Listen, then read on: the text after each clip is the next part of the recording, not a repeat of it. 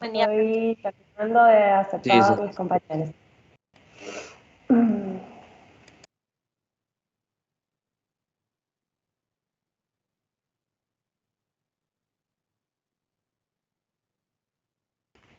Bueno, acá hay alguien más.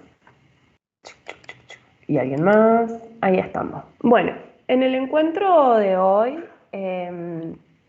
vamos, o sea, ya se dio comienzo a la unidad número 2, que es la unidad de filosofía de la ciencia o epistemología, y ustedes tenían que trabajar hasta, esperen que termine de emitir los compañeros, tenían que trabajar hasta el apartado 5, si mal no recuerdo.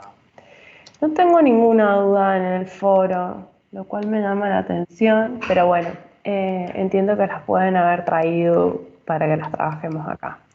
Entonces, arranquemos con las dudas y o consultas que tienen.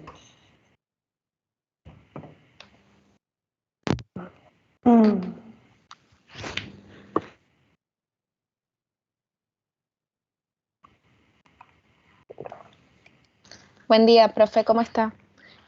Buen día.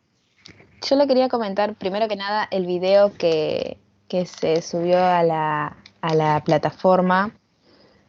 La verdad, yo siendo sincera, no sé si le pasó a mis compañeros, yo solamente tomé los apuntes, pero no lo escuché completo porque prácticamente lo que estaba haciendo era leer, entonces para eso leo del manual. Eso por un lado. Y yo le quería preguntar si usted lo podía explicar con sus palabras, porque, bueno, como le comenté hace un ratito, para mí lo que estaba haciendo la profesora era leer básicamente el manual. Decime qué dudas tenés y las trabajamos. Sobre la filosofía y la epistemología. ¿Qué duda tenés? Porque así se titula la unidad. Entonces, ¿Qué ¿qué es en duda sí? tenés? ¿Qué es en sí qué? ¿La La epistemología? epistemología, claro. Bien. Ustedes tienen ahí en el primer, digamos, apartado, lo que es una presentación a la unidad número 2. Yo les había dicho en el primer encuentro que tuvimos nosotros que a partir de la unidad número 2 uno puede plantear una pregunta-problema que atraviesa, digamos, o moviliza todo ese módulo, ¿no? En el módulo 2, la pregunta-problema que atraviesa y que moviliza toda la unidad temática tiene que ver con qué es la ciencia y en este sentido también podemos decir cuándo un conocimiento va a ser considerado verdadero. Eso por un lado, ¿no? Entonces vamos a ver desde el apartado número 2 en adelante distintas concepciones en torno a la ciencia y también cómo estas concepciones configuran qué conocimientos y desde qué lugar se va a considerar que algo es verdadero o no es verdadero.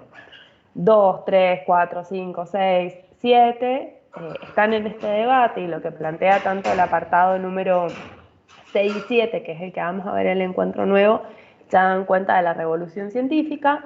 Y luego tienen unos apartados que se llaman más allá, ¿no? Que si hojearon todo el módulo 2, que imagino que ya lo hicieron, todos esos apartados tienen que ver con el siglo XIX. Entonces, ¿qué les plantea el primer apartado? El primer apartado lo que hace es de alguna manera describir cómo se va a organizar la unidad, ¿no? El módulo. Primero les va a decir que, bueno, que en un momento, ¿no? Histórico, contextual, podríamos decir, en la antigua Grecia, la filosofía aparece como este saber. Recuerden que no, en Grecia no es que es una disciplina, el concepto de disciplina es gestado en la modernidad y en la contemporaneidad, en el cual se encuentran, ¿no? Dentro de la filosofía distintas ramas, ¿no? La lógica, la política, la ética, todo lo que tienen descripto, ¿no? Todos esos saberes que les nombran, política, ética, física, lógica, a ustedes les resuena de alguna manera, pero hay una rama dentro de la filosofía que seguramente no les resuena tanto como esas otras ramas, que se denomina nociología. Gnosis, nociología se escribe GN, ¿no? Gnosis significa conocimiento, logía, ustedes ya saben que significa estudio, discurso, en torno al conocimiento. Entonces, dentro de la filosofía, en la antigua Grecia hay una rama que se denomina nociología, que tiene como objeto o estudio el conocimiento y va a discernir qué conocimientos son verdaderos de aquellos que no son verdaderos. Que no sean verdaderos no significa que sean mentira, sino solamente que son conocimientos que no están fundamentados en este caso, como vamos a ver en el apartado 2, en una permanencia, en una estabilidad. En este sentido, lo que aparece es que dentro de la nociología que tiene como objeto de estudio el conocimiento, hay el conocimiento denominado verdadero, se llama episteme, ¿no? Episteme, la traducción que le hacemos es ciencia. Entonces ahí ya tienen como, ¿qué va a ser la ciencia, por ejemplo? Que después lo vamos a ver, el papel que juega en Platón o el papel que después posteriormente quizás aparece Aristóteles también. Pero ¿qué va a ser la ciencia en la antigua Grecia? Bueno, en la antigua Grecia la ciencia es la episteme, ¿no? ¿Y qué significa episteme? Significa conocimiento verdadero, conocimiento que permanece, conocimiento de las esencias, conocimiento estable, y que en el apartado número 2, Platón aparece que va a equiparar episteme a filosofía. Pero bueno, nos detengamos ahí. Luego les va a decir que, por ejemplo, en el medioevo, o si no yo hago esa reposición, lo que se considera ciencia o conocimiento verdadero es la teología, ¿no? Teos es Dios, logía es estudio, discurso en torno a Dios, y la teología que tiene como objeto, digamos, de estudio el teos, el Dios, aparece como este conocimiento científico verdadero. La modernidad, que es lo que, o sea, ustedes tienen la antigua Grecia, Grecia, Roma, que no vemos nada, pero bueno, después viene en Roma, ya el catolicismo forma parte en el siglo I de la religión oficial y después vamos a entrar a la Edad Media, que se divide en 3 grandes periodos, la baja, la media y la alta, que dura alrededor de 13 siglos, y luego de esto tienen algo que se llama Renacimiento, que principalmente sucede en Italia, pero luego tienen la modernidad. En la modernidad, la ciencia tiene otro papel, otra función. Seguimos utilizando la palabra ciencia, pero la modernidad se va a caracterizar por lo que se denomina una revolución científica, en donde nace lo que se llama ciencia nueva o ciencia moderna, que sus características son la definición, la delimitación de un objeto de estudio, ¿no? Y que el modo de acceder o de conocer ese objeto de estudio está determinado por un método. Y aquí aparece, como repusimos, digamos, cuando trabajamos el apartado número 3 de la unidad número 1, la relación entre el sujeto y el objeto. El subjectum es lo que subyace y fundamenta el objeto, y el objeto es aquello que está arrojado y que el sujeto lo levanta. Eso nos vamos a detener a trabajar principalmente en el apartado número 6 y 7. Y luego, o sea, entonces tenemos Grecia, episteme. No tenemos epistemología, tenemos episteme. Dentro de la nociología, conocimiento verdadero, ¿no? Y ahí es ciencia. Edad Media tenemos la ciencia como la teología, ¿no? Equiparado en ese sentido. Modernidad, revolución científica, delimitación de un objeto de estudio, un método determinado, relación entre un sujeto y un objeto. Y luego tenemos en lo que se denomina siglo XIX, que es la contemporaneidad, que son todos estos saberes, estos apartados que tienen más allá de, propiamente lo que llamamos epistemología. La epistemología o filosofía de la ciencia es una rama de la filosofía instaurada o inaugurada en el siglo XIX que tiene como objeto de estudio el conocimiento. Y tienen ahí distintas descripciones de qué hace la epistemología, tienen 4 características en ese apartado número 1. Y aquí ustedes se podrían preguntar, o me podrían preguntar a mí, ¿por qué la unidad se denomina filosofía de la ciencia o epistemología y arrancamos en Grecia, y en realidad la epistemología es una rama de la filosofía del siglo XIX? ¿Por qué? O sea, arrancamos en Grecia, pasamos por la revolución científica, pasamos por un montón de cosas y recién la epistemología del siglo XIX. ¿Por qué se denomina la unidad de esa manera? Porque la unidad lo que tiene, ¿no? O la propuesta de la unidad con su pregunta-problema es una reflexión en torno a aquello que vamos a considerar conocimiento científico o ciencia, ¿no? Entonces, lo que vamos haciendo a partir del apartado número 2 en adelante es ver qué papel tuvo la ciencia o con qué podemos identificar la ciencia desde una perspectiva filosófica en cada una de estas épocas. Eso sería, digamos, como la presentación de la unidad en el apartado número 1, Rebeca. No sé si tenés alguna otra duda de eso. No, listo. Las otras dudas que tengo son con las actividades que usted había dicho que eso lo vamos a ver Que las vemos al al final final. después de las preguntas temáticas. Buenísimo. Exacto, sí, gracias. Dale. Entonces, ¿alguno o alguna tiene dudas? Seguimos con, o sea, el apartado, este es el 1. A ver si hay dudas con el 2, el 3, el 4 o el 5, o el texto complementario A. Y después, como dice Rebeca, vemos las actividades.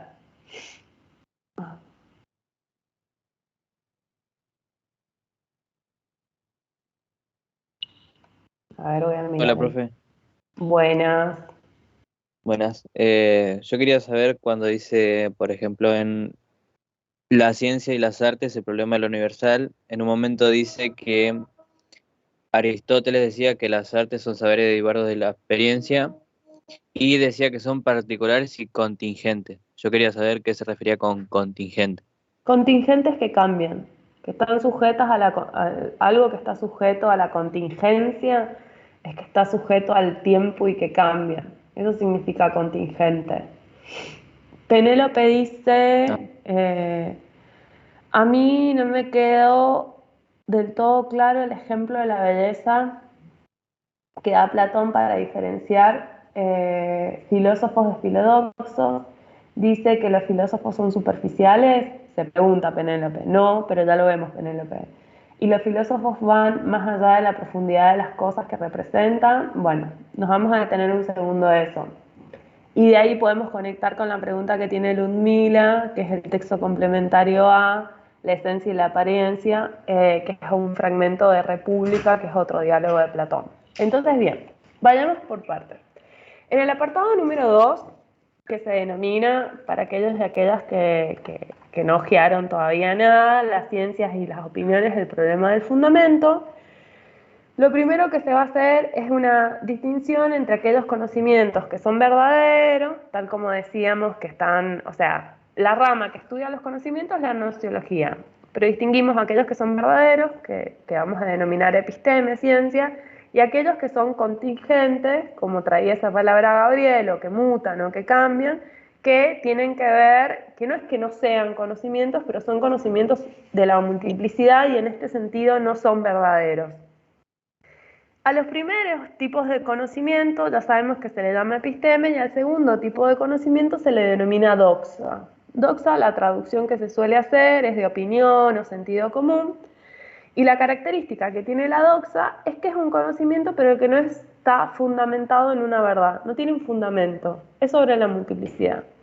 Y acá se presentan dos cosas, digamos, que hacen que la doxa o que algunos tipos de conocimiento no los consideremos, digamos, desde la perspectiva de Platón como verdaderos.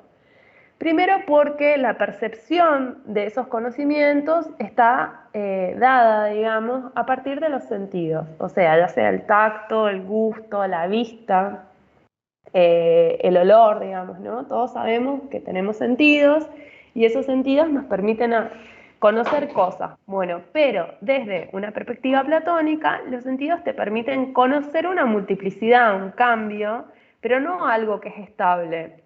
En este sentido, yo puedo decir algo que a mí me parece que es dulce, a otra persona le puede parecer que es medio amargo, o que le falta azúcar, o algo que a mí me puede parecer bello, retomando este ejemplo que trae Penélope y que ya lo vamos a explicar mejor, a otra persona le puede parecer que no es bella. Entonces, primer cosa, todo lo que percibimos o conocemos por medio de los sentidos, es decir, la sensibilidad, desde la perspectiva de Platón, son conocimientos de la doxa. Son conocimientos de la doxa y en este sentido no son verdaderos. Mutan, son contingentes, están sujetos al cambio. ¿Quiénes? estudian o se dedican a los conocimientos múltiples, contingentes, que varían, se les denomina filodoxos, es decir, aquellas personas que tienen una relación, no filo, amistad, de amistad o de amor, con la doxa, con la multiplicidad. Entonces, Gabriel, Valeria, no sé, ¿quién me ve ahí? Cintia, Fluri, Leila, yo, vamos a percibir algo por los sentidos, un cuadro, lo que sea, podemos tener distintos enunciados respecto de eso, pero eso cambia, muta, ¿no? Y es la sensibilidad. El conocimiento verdadero, es decir, el conocimiento del episteme, que no cambia y que muta, y que es permanente, aprovecho e introduzco esto que dice Mica, pueden ser en el caso de las ciencias empíricas. Las ciencias empíricas tienen, digamos, usan la sensibilidad, pero ya vamos a ver, Mica, que en la revolución científica, si bien la sensibilidad ocupa un lugar, es una sensibilidad que está dominada por una razón técnica. Entonces las ciencias empíricas, o denominadas también las ciencias naturales, tienen una pretensión de objetividad, no de subjetividad. Y por favor, ya que Mica introdujo esta pregunta, cuando nosotros decimos los filodoxos conocen la multiplicidad, no vayan a decir que las conocen desde un punto de vista subjetivo. Recuerden que sujeto y objeto son dos conceptos que implican una relación que van a ser en la modernidad, no en Grecia. Entonces, vuelvo. La episteme, que es el conocimiento de lo no contingente, es decir, de lo permanente, del conocimiento de lo que no muta, del conocimiento de las esencias, quien conoce esto se denomina filósofo, ¿no? Todo esto en el apartado número 2, Platón. Platón y el problema de conocimiento. El filósofo, filo, amor o amistad, con Sofía, sabiduría, conoce las esencias de las cosas. La esencia de las cosas no tiene que ver con que es algo más profundo, ¿no? Porque uno dice esencia, bueno, es eso que no se puede percibir con los ojos. O dan a ver en la unidad número 5 hay un fragmento una explicación que dice, bueno, Platón dice que se conoce con los ojos del alma, no con los ojos físicos. Entonces, ¿qué es lo que me permite a mí conocer, en términos platónicos, las esencias de las cosas? El nous, que ustedes no tienen esa palabra, pero es el entendimiento. La capacidad de entender, ¿no?, que en Grecia, recuerden que hay cosas que son esenciales y que todos los hombres compartimos, permiten que conozcamos las esencias de las cosas. Eso que no cambia, que no muta y que no lo vamos a conocer por la sensibilidad. Por ejemplo, desde una perspectiva platónica, hay algo, yo digo árbol, todos imagínense en un árbol. ¿Piensan que todos nos estamos imaginando el mismo árbol? ¿Es posible ese? No. O sea, alguno estará pensando en un algarrobo, otro en un pale borracho, otro en un jacarandá, digamos. Pero estamos imaginando árbol. Quien se está imaginando un rosal o un arbusto está en la ignorancia o en el error porque no conoce lo que es un árbol. Sin embargo, todos nos estamos imaginando un árbol. Ese árbol, hay algo que tiene una característica esencial que hace que el árbol sea árbol y no sea un arbusto, un rosal, no sé, otra planta, ¿no? Entonces, si yo a todos les digo, por ejemplo, imagínense un jacarandá. Quienes conocen un jacarandá, todos nos imaginamos un jacarandá. Los jacarandás no son iguales unos de otros, pero hay algo que hace que el jacarandá sea un jacarandá y no sea otra cosa.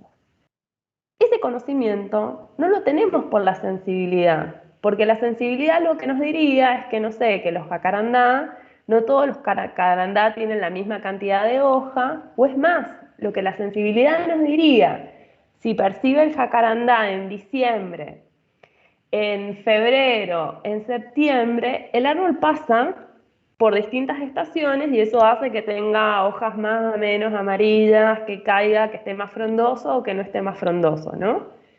Toda esa percepción tiene que ver con la sensibilidad, no con el entendimiento. Sin embargo, el entendimiento me permite conocer la esencia. Estamos en una perspectiva platónica. Ustedes la esencia ya saben lo que es, porque nos apareció en el apartado número 7, pregunta y diálogo, ¿no? La esencia es esto que da cuenta de la pregunta ¿qué es algo? Y que refiere al ser lo que permanece, lo que no muta. Sin embargo, en este apartado, y porque estamos reponiendo el sistema filosófico platónico en relación con la teoría de conocimiento, ya no decimos esencia, decimos idea. La idea es la esencia, digamos, pero es un concepto platónico que me permite, ¿no?, conocer eso que hace que una cosa sea una cosa y no sea otra cosa. En este sentido, ¿vamos bien hasta acá? ¿Hay preguntas o dudas? Para un segundo y ya sigo, para retomar la pregunta de Penélope. ¿Sigo? ¿Estamos bien?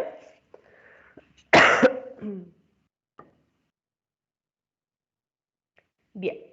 Entonces Penélope trae, bueno, yo no entiendo la pregunta que tiene que ver con la belleza.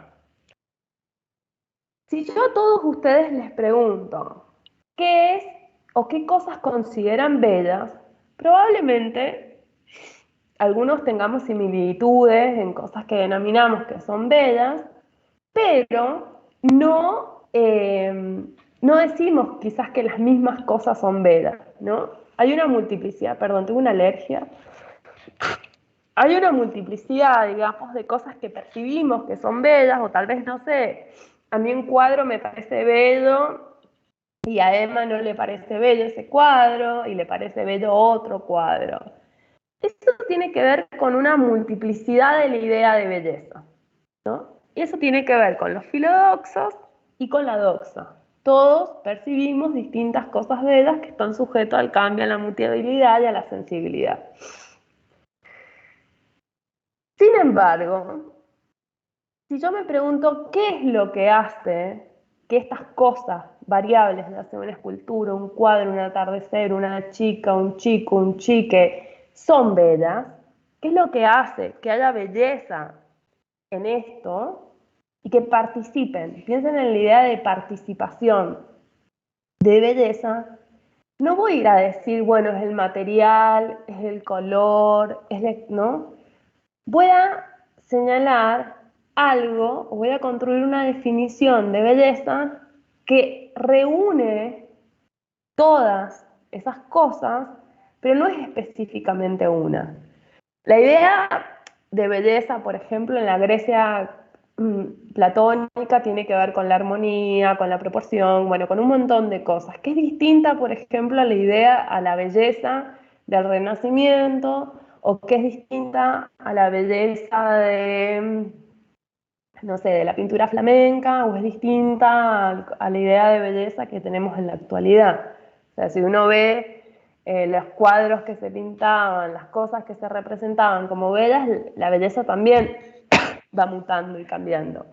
Entonces ahí tienen por un lado las cosas bellas, ¿no?, que es del ámbito de un conocimiento de la multiplicidad, es decir, de la doxa y de los filodoxos, y algo que tiene que ver con la esencia de la belleza, con la idea de belleza, que hace que las cosas, todas esas cosas sean bellas y que no se agoten en sí mismos.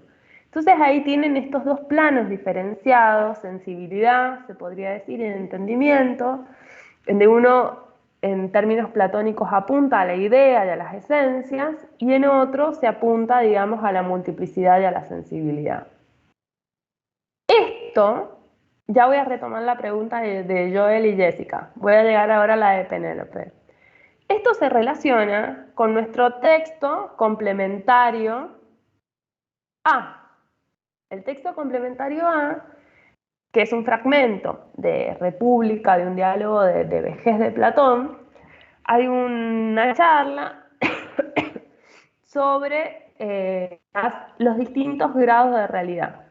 Entonces ahí aparece, por un lado, el concepto de idea, como esto que permanece, que es esencial, que es lo que tal es como lo que es algo, y aparece, digamos, tres figuras importantes, digamos, por un lado la figura del Dios, por otro lado la figura del carpintero y por otro lado la figura del pintor, ¿no?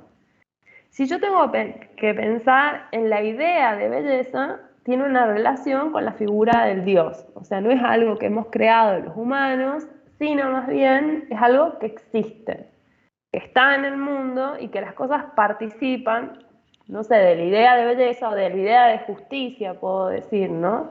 Participa de eso. El carpintero, y acá lo relacionamos, pueden relacionarlo con el apartado número 5, en donde aparece la praxis, la tecné y la contingencia en sentido aristotélico, lo que hace es imitar esa idea. O sea, existe una idea de cama y el carpintero imita esa idea de cama y hace camas que son materiales, ¿no?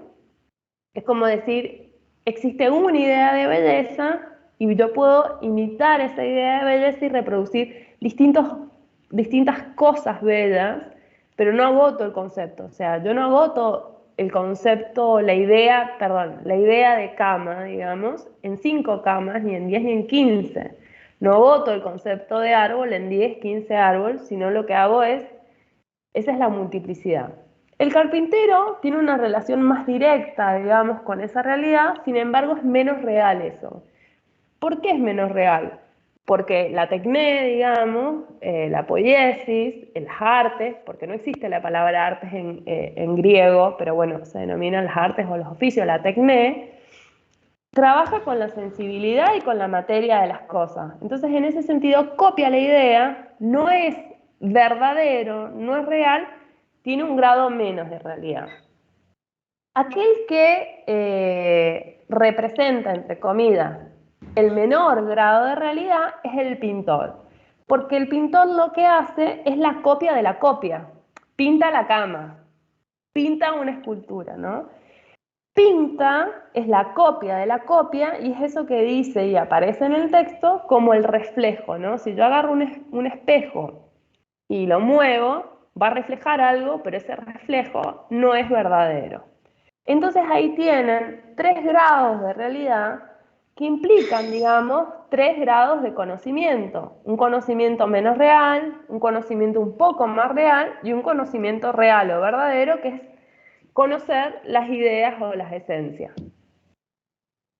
En este sentido, se puede relacionar, digamos, esperen que vaya, ahí estamos, hago un pará, ahí estamos la intervención y la pregunta que tenía Penélope y Ludmila. ¿Estamos hasta ahí, Penélope y Ludmila? Así vamos a lo que va diciendo Joel, Jessica y Ika.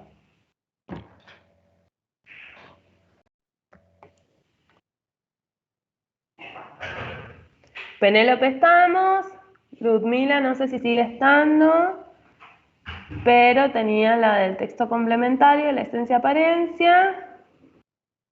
Ahí me dice que escribió. Buenísimo. Entonces vamos ahora a la pregunta que hace Joel. Joel dice, ¿esto se ejemplifica en el mito de la caverna? En algún punto sí, porque el mito de la caverna lo que es una exposición de los distintos grados de conocimiento. No es lo mismo conocer las sombras, no es lo mismo conocer los objetos, y no es lo mismo salir, digamos, de la caverna y conocer o percibir el sol. Quienes conocen la sombra, digamos, se podría decir que conocen los objetos de los pintores. Quienes pueden ver los objetos que circulan, digamos, se podría decir que son los carpinteros, que tienen un poco más de grado de realidad, y quienes pueden salir de la caverna y ver el sol, digamos, luego de que los ensegueció y luego que logran verlo, son los filósofos que pueden percibir, perdón, no sería percibir porque tienen que ver con la sensibilidad, pueden conocer eso que no muta y eso que es estable. Eso por un lado, la pregunta de Joel. Jessica dice que si esto está relacionado con el método de abstracción, el hecho de separar las cosas para llegar a una totalidad. Sí, está, o sea, Yo podría decir, si bien el método de abstracción, Jessica, circunscribe más a la modernidad, yo podría decir que todo conocimiento verdadero, como nosotros lo vemos hasta el apartado número 7, porque después en el 8 empiezan a pasar otras cosas, presuponen la abstracción en tanto separo las cosas que tienen que ver con la sensibilidad, las cosas que tienen que ver con el entendimiento y lo cuantitativo en el caso de la modernidad, y eso me permite producir objetividad o universalidad. Después vamos a criticar eso, pero ahora quiero que lo entiendan. O sea, en Grecia y principalmente en la modernidad, después la vamos a criticar, pero primero es importante entender cuál es el planteo que se hace en términos científicos en la modernidad. Y Lika pregunta si se puede hablar de concepto de belleza. En realidad lo que vos en el apartado número 2 de lo que se habla es de la idea de belleza. En ese sentido, o sea, la idea de la belleza es eso que hace que una cosa sea bella y no sea otra cosa, y tiene que ver con una idea, con una esencia, más que un concepto. Platón habla de la idea y no del concepto. Lo que sí yo les digo, que el concepto, digamos, filosófico de Platón es el de idea. Es una invención para traer un problema que tiene Grecia, que si nos da tiempo se los cuento, que que da cuenta, digamos, de las esencias. O sea, en el mundo griego había una parte de la Grecia que nosotros vemos, es en todo, pero hay una parte que considera que las esencias son cognoscibles, que se puede acceder a esas esencias, y a Platón esas esencias las va a denominar idea. Ya si no hay más preguntas, les cuento esa historia y por qué hace eso. ¿Estamos hasta acá?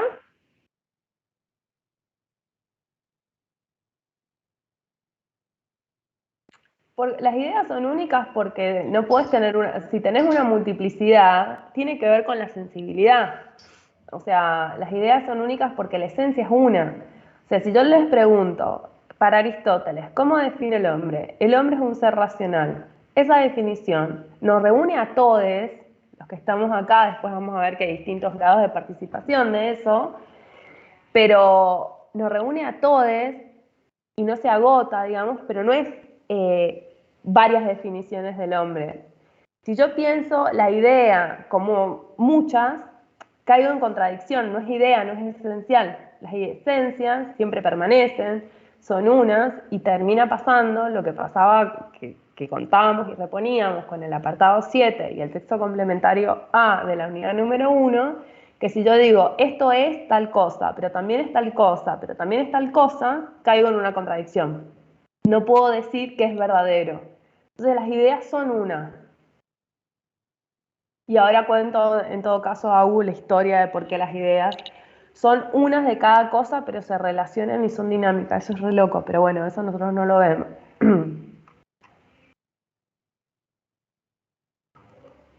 ¿Alguna otra duda, consulta de los apartados?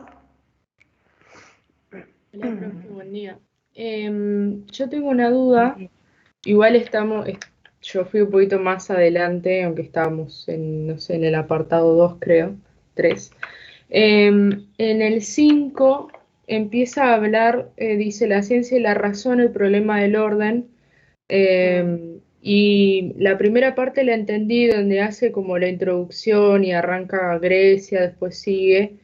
Pero llega una parte donde empieza a hablar de la modernidad, eh, empieza a describir la razón y lo que es el razonamiento demostrativo y deductivo. Y esa parte mucho no me quedó muy clara, porque empieza a hablar de la geometría y cuando algo se deduce, o sea, como que un pensamiento se deduce a raíz de otro, algo así. Me queda como un poco en el aire esa Bien. idea. Bueno, la ciencia y la razón y el problema del orden, lo primero que va a tener como eje, digamos, es el pasaje de una organización del cosmos en forma geocéntrica a una forma heliocéntrica, ¿no? O sea, primero lo que... ¿Estoy bien, Mica? Sí, ¿no? Sí, estamos primero en eso.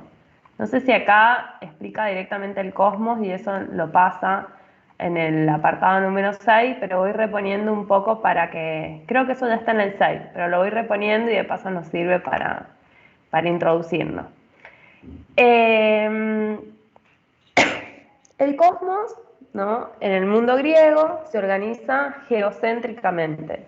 ¿Qué significa esto? Que la Tierra, el geo, es el centro del universo y los demás cuerpos celestes giran alrededor de la Tierra.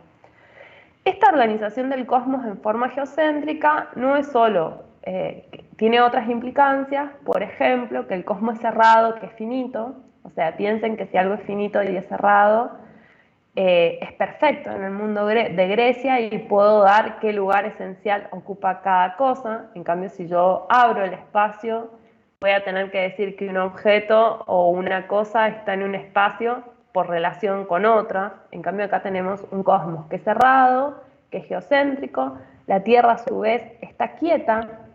La permanencia, volvemos a esta idea de la permanencia y la esencia, son perfectas. Y esta organización del cosmos se extiende desde la Grecia antigua hasta el medioevo y va a ser recién puesta en crisis en el 1543 con Copérnico. A su vez, lo que ustedes tienen, y voy adelantando cositas, así después las lecturas les es más simple, lo que tienen es que Aristóteles va a organizar esta organización, organización del cosmos en forma geocéntrica. Aristóteles va a distinguir dos partes, una que es la supralunar o celeste y otra que es la sub, ¿no?, de subsuelo, la sublunar o terrestre, ¿no? Los astros siempre son perfectos, permanecen, pero están en movimiento, en un movimiento perfecto alrededor de la Tierra. Luego les aparece la figura de Ptolomeo, que es un astrónomo del medioevo, que dice, bueno, que introduce algunos nuevos cálculos a la teoría de Aristóteles y que con toda esta teoría geocéntrica se pudo navegar, se pudo explorar. Ustedes saben que los griegos son grandes navegadores, ¿no? Y que utilizaban el cielo, ¿no?, para regirse y desplazarse, ¿no? ¿Qué pasó? Esta organización del cosmos es es el Seimica. Esta organización del cosmos es puesto en crisis, digamos, en el 1543, cuando Copérnico resuelve un problema que el geocentrismo no lo resolvía. ¿Cuál es el problema que no resuelve el geocentrismo? Porque, visto desde la Tierra, Marte es retrograda. Es decir, si yo lo veo en un momento está acá, lo veo en otro momento está acá, ¿no? Entonces, supuestamente todos los cuerpos giran en una órbita perfecta alrededor de la Tierra. Entonces, ¿por qué Marte es retrograda? Entonces, lo que hizo, digamos, el geocentrismo es añadir una nueva hipótesis, que es que Marte tiene un epiciclo, es decir, Marte circula alrededor de la Tierra en un epiciclo que forma parte de él, que es como una especie de... Entonces eso hace que, como es una E, que a veces lo vea ahí y a veces lo vea acá. Copérnico, a partir de distintos cálculos que hace, va a dar vuelta, digamos, va a quebrar con el geocentrismo y va a poner el Sol como el centro del universo y que los demás cuerpos celestes giran alrededor de él. Y la Tierra es un cuerpo celeste más. Entonces esto, entre comillas, resolvería el problema de la retrogradación de Marte, y las teorías científicas tienden a ir de lo complejo a lo simple, o sea, de lo más complejo van a lo más simple. Entonces la teoría heliocéntrica, con el Sol en el centro del universo, es más simple que la geocéntrica. Esto implica un quiebre, porque una teoría resuelve algo que otra teoría no resuelve, y van a tener que pasar varias décadas para que se invente, digamos, un telescopio, que Galileo replique este invento y que confirme la teoría, la hipótesis copernicana, que es la del geocentrismo. Esto de alguna manera se da entre el apartado número 5, que yo les he dado algunos fragmentos, ¿no?, y el apartado número 6. Pero en el 5 también los aparece como, digamos, en el mundo, que creo que, ahora me olvidé el nombre de la compa que preguntó, perdón, abrí muchas ventanas. Cómo en el mundo cristiano, ¿no? Empieza, digamos, a entrar en crisis. Esta crisis ustedes la tienen escrita en un párrafo que dicen: cuando el mundo cristiano y los fundamentos en los que se sostenía entró en crisis como consecuencia de la apertura de Europa a otras culturas, nuevos inventos y descubrimientos, el efecto de movimiento de las reformas religiosas, dice, bueno, se debilita y los antiguos fundamentos comenzaron a desmoronarse y no se visibilizaba una nueva base que diera sentido a la realidad. Entonces vamos acá. Ese parrafito convoca muchas cosas. Por un lado convoca, entre comillas, el descubrimiento de América en el 1492, ¿no? Que implica que hay algo más allá para conocer. Antes se pensaba que el mundo, digamos, terminaba acá. Bueno, no, hay algo más allá para conocer.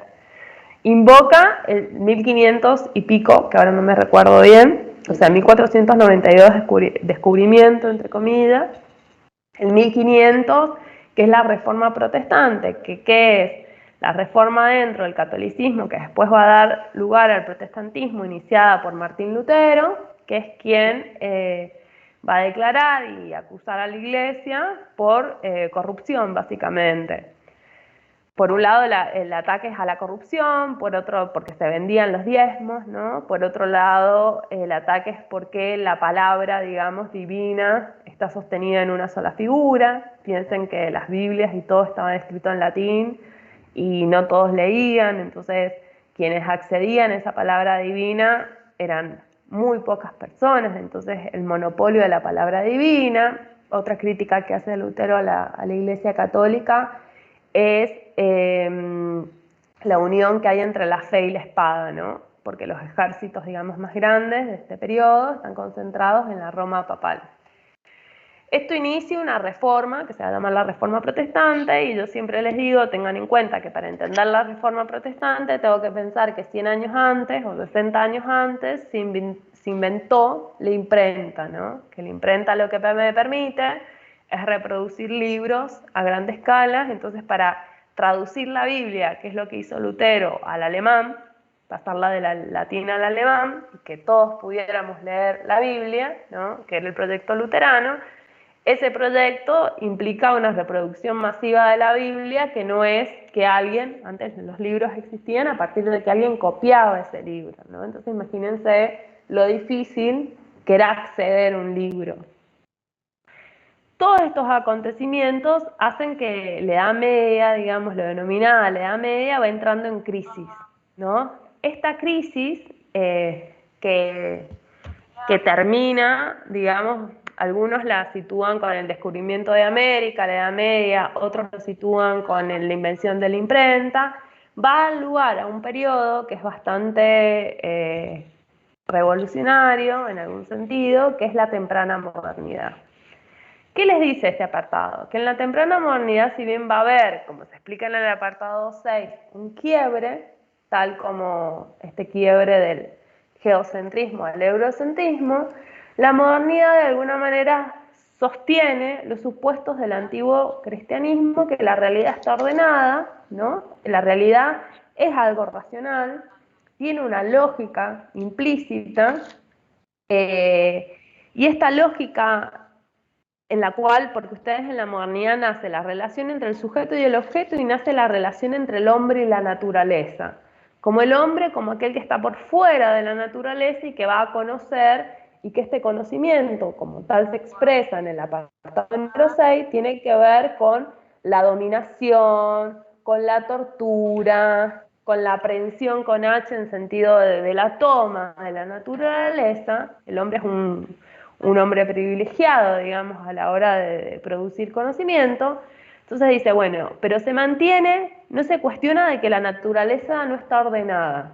Lo que pasa es que la percepción que yo tengo de esa naturaleza, va a decir, se va a presentar de alguna manera, de forma caótica, y lo que tiene que hacer el hombre o el sujeto de conocimiento es sacar las regularidades que tiene la naturaleza.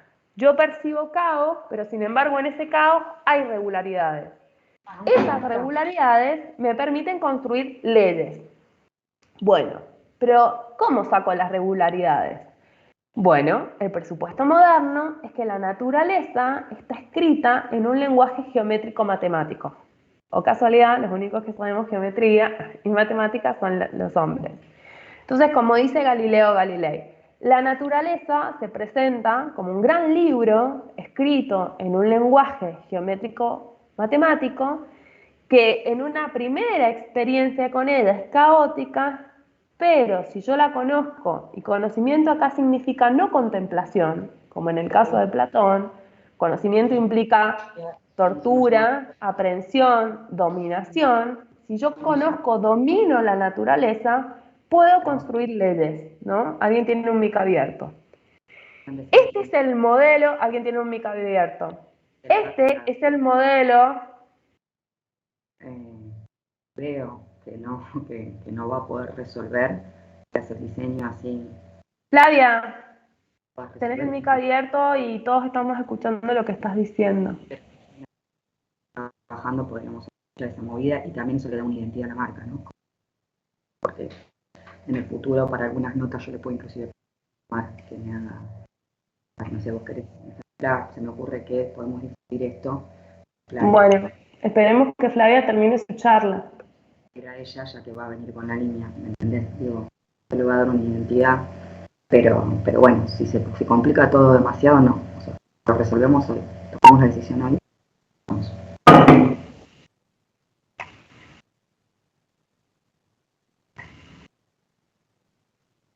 Sí, está bien, pero mi tarea no es silenciarlas sí la puedo silenciar, pero la tarea de ustedes es estar acá y escuchando y trabajando y haciendo preguntas, y mi tarea es resolver esas preguntas, no ser la policía que silencia o no silencia. Nadie está obligado a estar acá.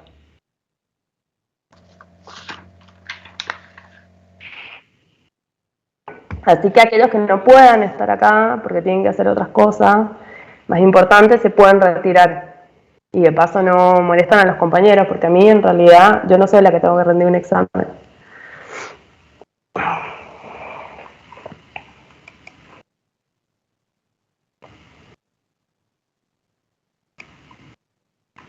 Bien, entonces, hasta acá un poco, como decía Mica, repuse un poco lo que es el apartado 6, que eso es para la otra clase, pero más o menos para que entiendan estas crisis, y después ya nos empezamos a adentrar en esto que la compa, que ahora no recuerdo el nombre, tenía más dudas, que tienen que ver como la ciencia moderna, ¿no?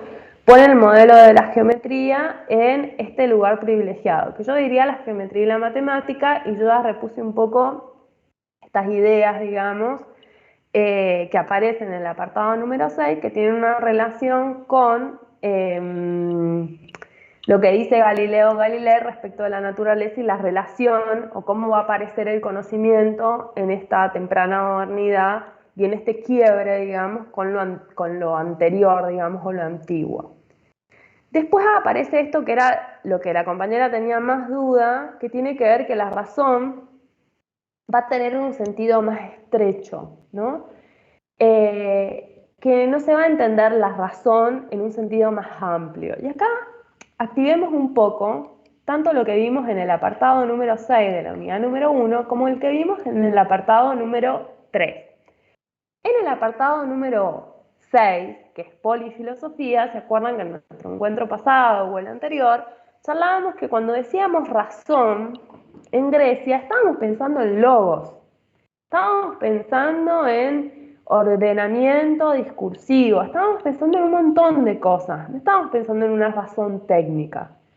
Sin embargo, en nuestro apartado número 3, nosotros cuando repusimos la conceptualización de la racionalidad instrumental, ahí el concepto de razón es más restrictivo. ¿Por qué? Porque la razón aparece como un instrumento para, es un medio para conocer, pero es un instrumento. Entonces este apartado dice lo siguiente, dice: la razón también se entiende en un sentido más estrecho que los definidos antes, razón objetiva y subjetiva, que eso tiene que ver con referencia al medioevo, que entiendan razón objetiva como Dios ¿no? Y la razón subjetiva son los hombres que tienen una relación con esa racionalidad divina, ¿no? La capacidad de ordenamiento demostrativo o deductivo. Entonces, razón se va a entender restrictivamente, yo le agrego instrumentalidad, pero hay una capacidad de ordenamiento demostrativa o deductiva. El término razón, con este significado de demostración, es decir, deduzco, demuestro, es más estrecho que el significado de razón como la capacidad de comprensión del orden de la realidad que el hombre tiene. Porque este último significado incluye la comprensión de todo tipo de ordenamiento, en cambio el primer significado solo incluye el orden deductivo.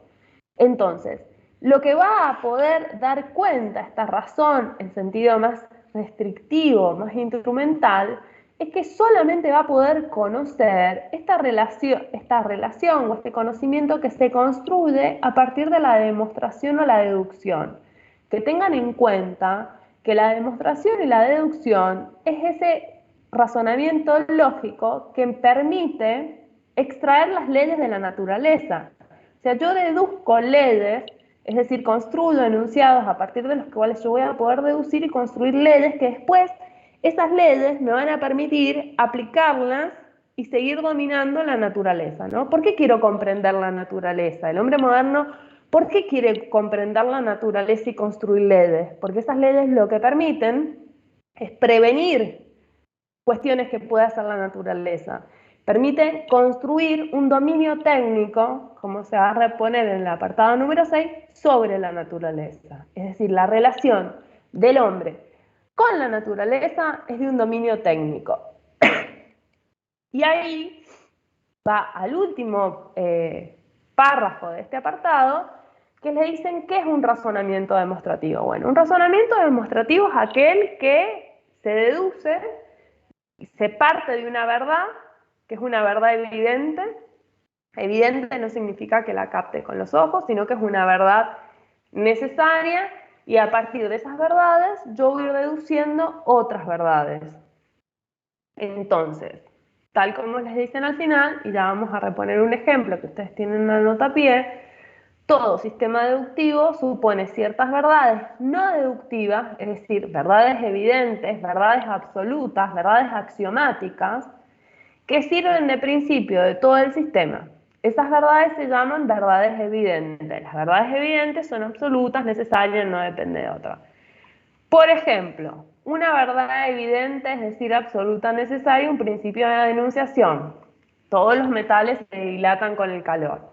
Bueno, estoy en la nota a pie, ¿no? Tengo otro enunciado.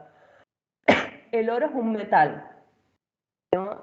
Si ustedes ven en el primer enunciado, los metales, metal se repite, y en el segundo también se repite metal. Eso en lógica se llama el término medio, que es aquel que aparece en los dos enunciados y que permiten trazar una relación. Entonces, si yo digo, todos los metales se dilatan con el calor, el oro es un metal, entonces, ¿qué voy a decir? Algo que no está dicho en los dos primeros enunciados, pero que sin embargo se deduce, ¿no?, de otro enunciado, de la relación entre esos dos enunciados, que es que el oro se dilata con el calor.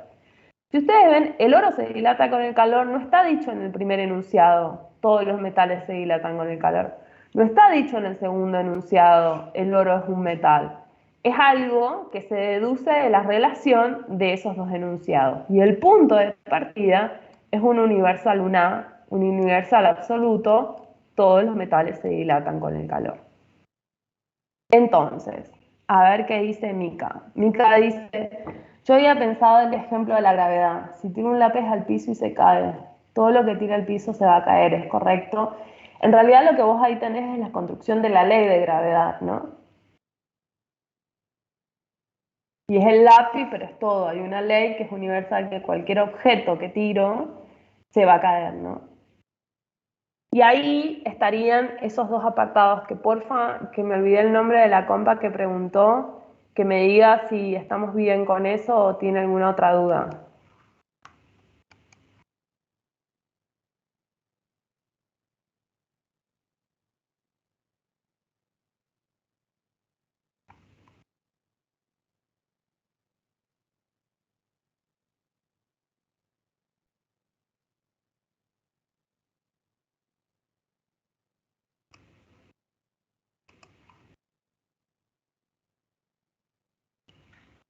Ah, era Mica. Bueno, listo. Estamos ahí. ¿Más dudas o consultas a los apartados? ¿O hacemos un breve repaso que Rebeca tenía dudas con la guía de actividades?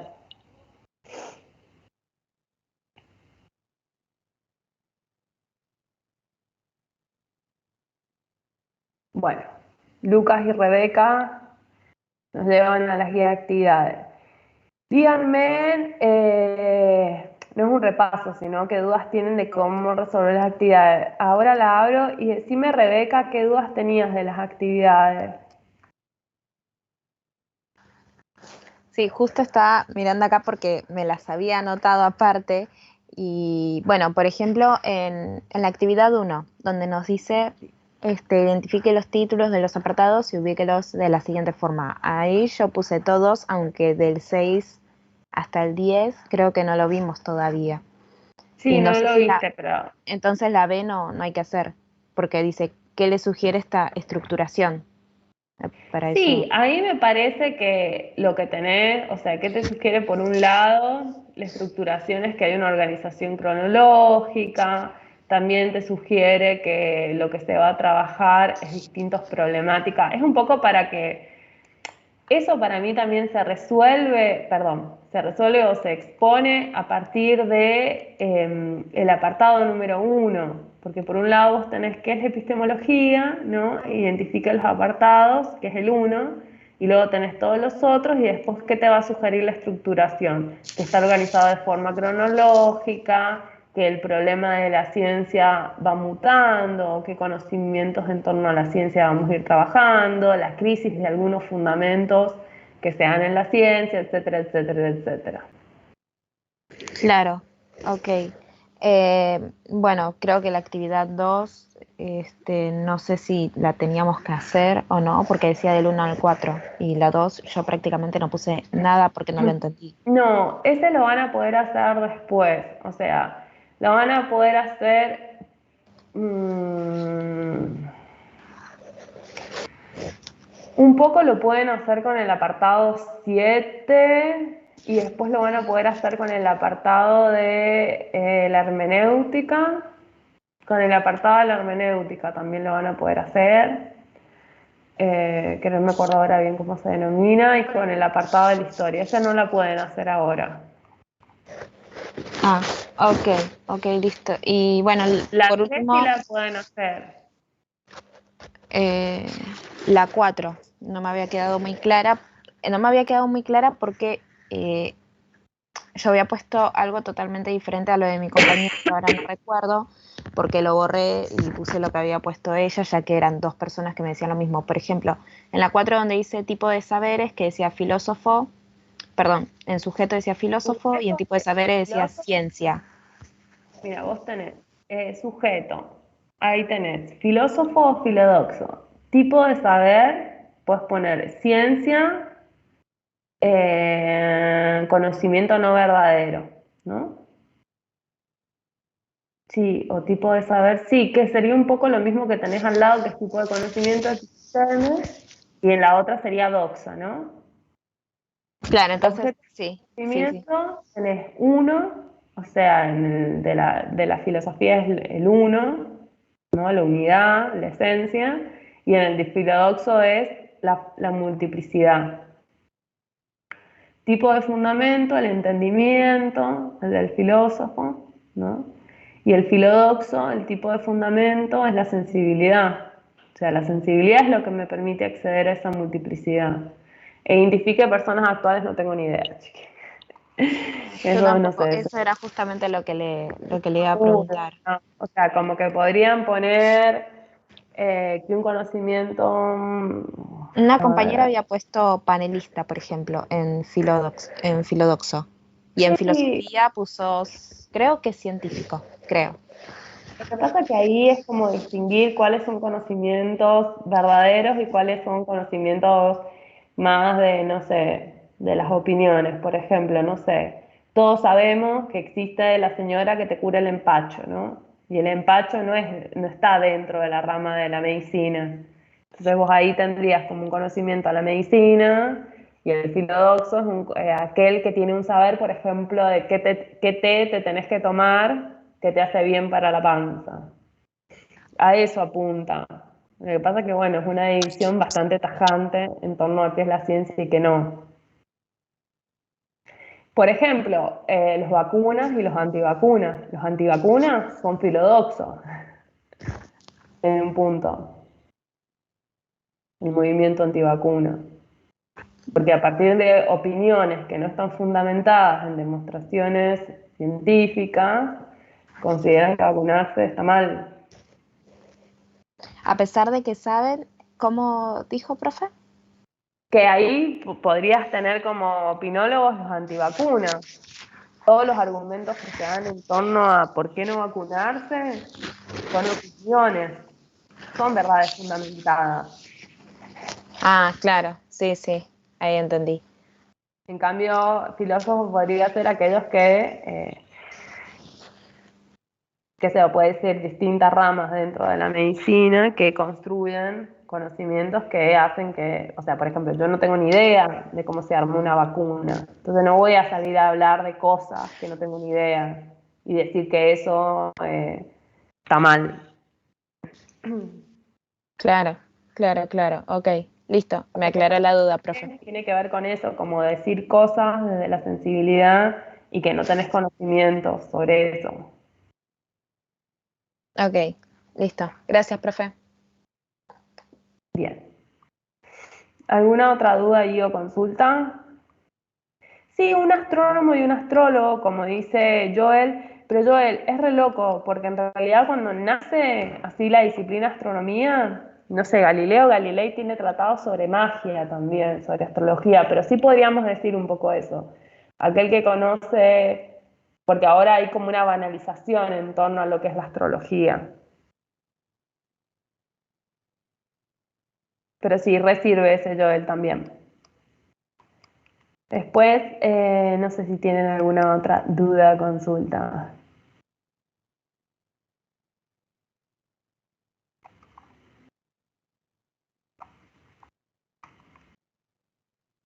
Profe,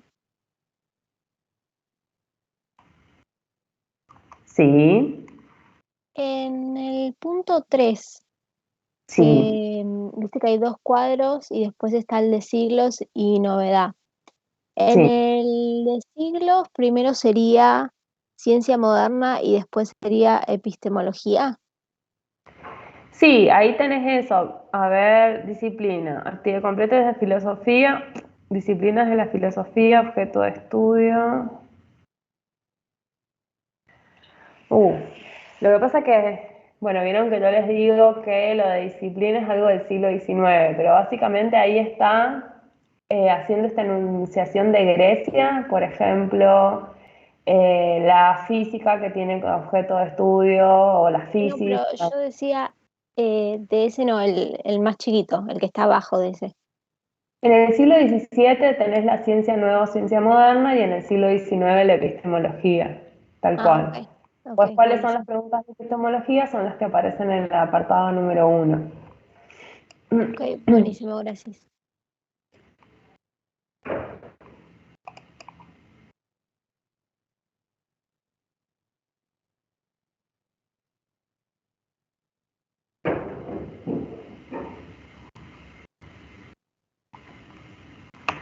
Bien. ¿Alguna otra duda ahí o consulta?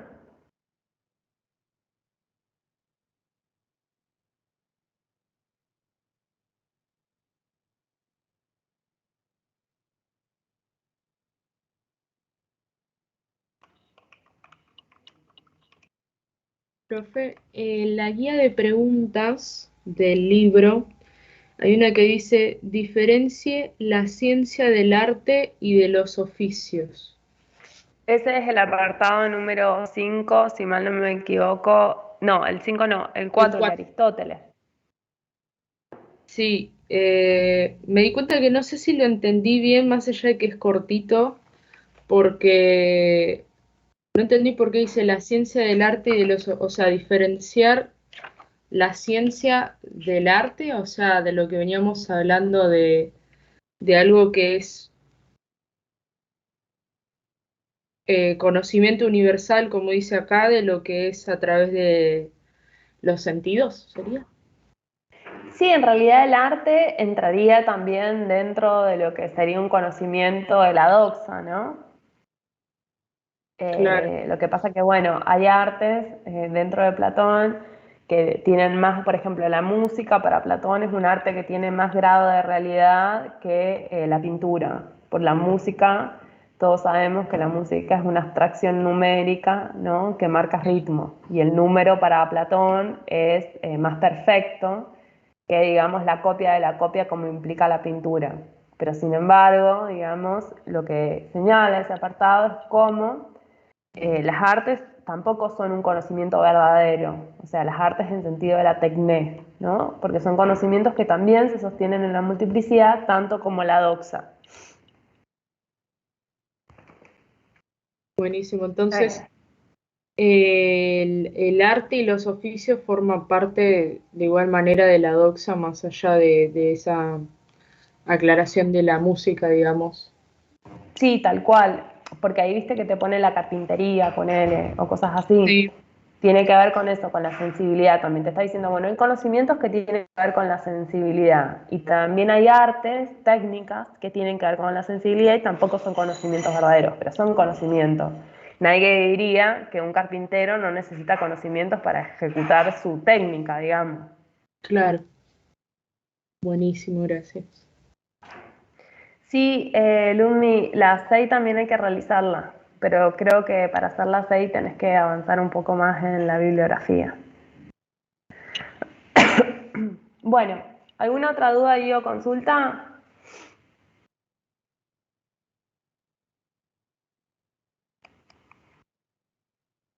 Profe, ¿se escucha bien ahí? Sí. Tengo una duda, la puse en el chat, pero bueno, quizás es un poco Se me tonta. pasó tal vez. Decime. No pasa nada. Puede ser que sea un poco tonta igual, pero a mí no me quedó claro. Como para estar ubicado más o menos en tiempo y espacio, podemos decir que estaba la antigua Grecia, que fue lo primero que vimos en el primer módulo. Después aparece esta Grecia con el tema de la edad moderna y todo lo que es la ciencia, y estuviste hablando. Y después aparece la Edad Media, que es donde aparece la ruptura y eso que se estuvo Mira, hablando. ¿O estaba Sebas, mal? Sebas, ¿está bien? Porque Sí, sí, sí, es Sebas, Sebastiana. mira, Sebas, vos tenés, en la unidad número 1 vimos la antigua Grecia, pero también, por ejemplo, en el apartado 3, en el 1, el 2, trabajamos cosas que tienen que ver con más contemporaneidad. Contemporaneidad es siglo XIX, siglo XX en adelante, ¿no? Eso es contemporaneidad. Nosotros lo que vemos ahora, o sea, es una organización que está cronológica, y esa organización cronológica va desde la Grecia hasta la contemporaneidad.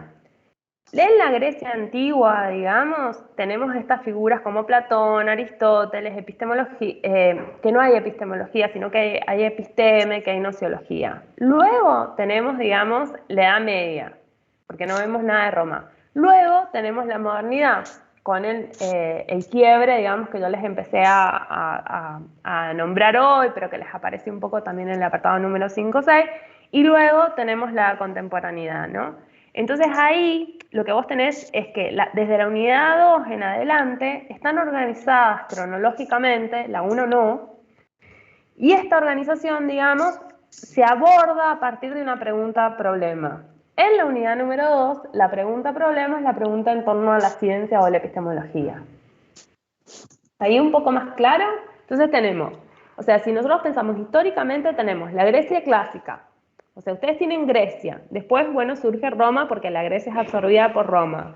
Después tienen Edad Media, que son 13 siglos. Después hay un paradigma un momento histórico muy chico, que son de 3 siglos y que es puntual de Italia, que se llama Renacimiento. Luego tienen temprana modernidad, que es ahí la revolución copernicana y todo lo que vamos a ver y vamos a seguir viendo en el próximo encuentro y que ustedes van a trabajar. Luego tienen contemporaneidad, siglo XIX en adelante. Esa es como nuestra línea histórica. En esa línea histórica voy planteando desde la unidad 2, 3, 4, 5 preguntas, problemas. Entonces a veces no trabajo, por ejemplo, si ustedes cuando terminen de ver toda la 2, Del medioevo no se dice nada, aparece 2 menciones, uno, bueno, toma esto de la antigua Grecia, la teología y la razón subjetiva y objetiva y listo. Hacemos como el quiebre, digamos, de paradigma con la temprana modernidad. Después, no sé, cuando vayamos a la de política, van a ver que se trabaja más que nada temprana modernidad y contemporaneidad. ¿Estamos ahí, Seba? Sí, perfecto, profe, muchas gracias. Bien. Entonces, ¿estamos alguna pregunta ahí o duda?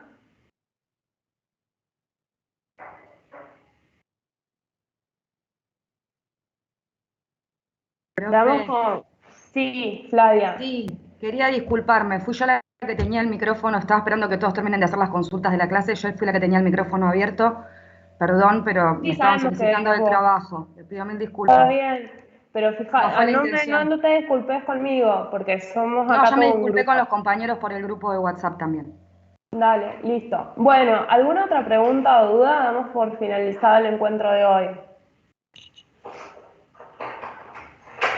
Si no, ya como saben siempre, ya tienen disponibles los materiales de la clase número 5 con los que vamos a trabajar. Tengan en cuenta, a ver, esperen que vaya el contenido de la clase número 5.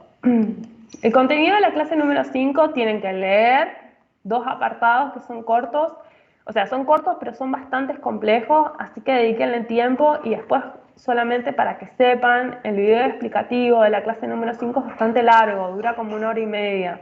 Entonces por ahí quizás de 8 a 9 y media o ven el video o leen o tienen que hacer las cosas 2 días distintos o no sé, o levantarse antes porque no van a lograr hacer las 2 cosas del video. Vieron que en general los videos explicativos duran 30 minutos, este dura un montón. Y después tienen que hacer las actividades, solamente eso se los digo. Uy, me olvidé de Cintia y no las traje. Prometo, después se las dejo, se las mando por mensaje privado, ¿sabes? Es verdad, les pedí eso. Les mando 2 preguntas de la unidad número 1 por mensaje privado, para que las trabajen el fin de semana. Bueno, entonces nosotros somos lunes y jueves, nos vemos el lunes que viene a las 9 y media y ya pueden ir trabajando si quieren el material de la clase número 5. Buen fin de semana, que les vaya bien y bueno, nos mantenemos en contacto.